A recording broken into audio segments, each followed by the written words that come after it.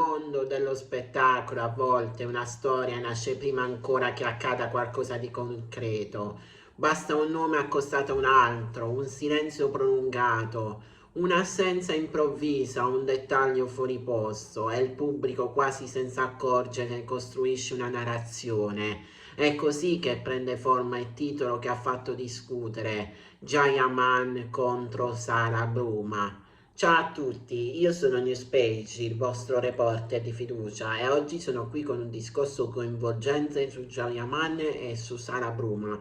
Ma prima di continuare vi invito ad iscrivervi al canale e di lasciare un bel like per favore.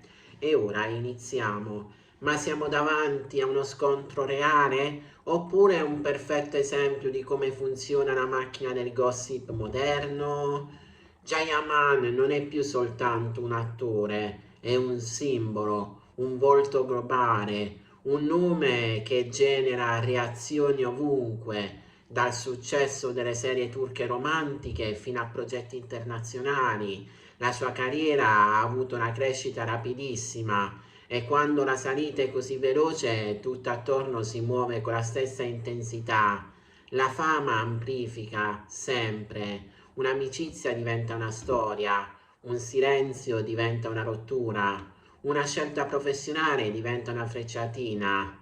E più il personaggio è amato, più il pubblico sente di avere un legame diretto, quasi personale.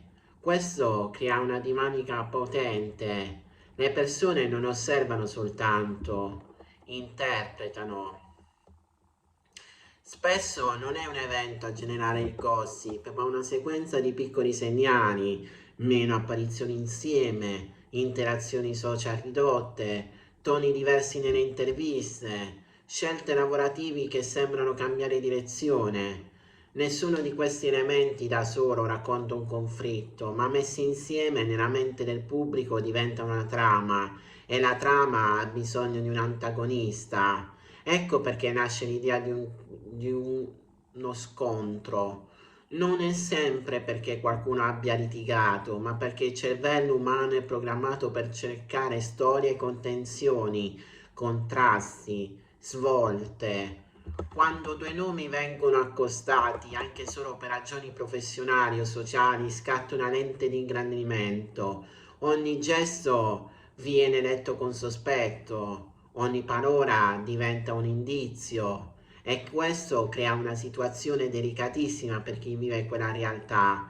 Per qualsiasi mossa può peggiorare la percezione. Parli, alimenti il gossip, taci, sembri confermare. Così spesso la scelta diventa il silenzio, ma nel mondo dello spettacolo il silenzio è come un microfono acceso, viene riempito dalle interpretazioni.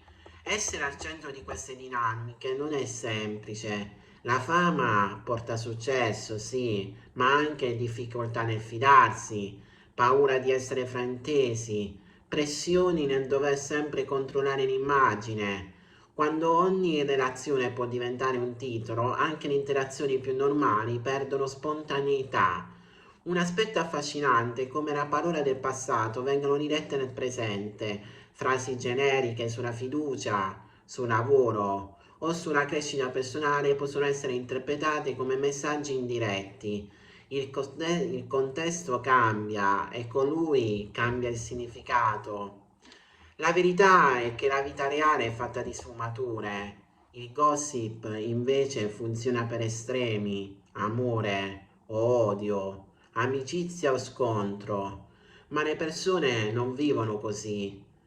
Molte dinamiche che dall'esterno sembrano tensioni possono essere semplicemente distanze professionali, tempi diversi, scelte personali, percorsi che si evolvono, ma queste spiegazioni sono meno emozionanti di un conflitto e quindi non fanno rumore.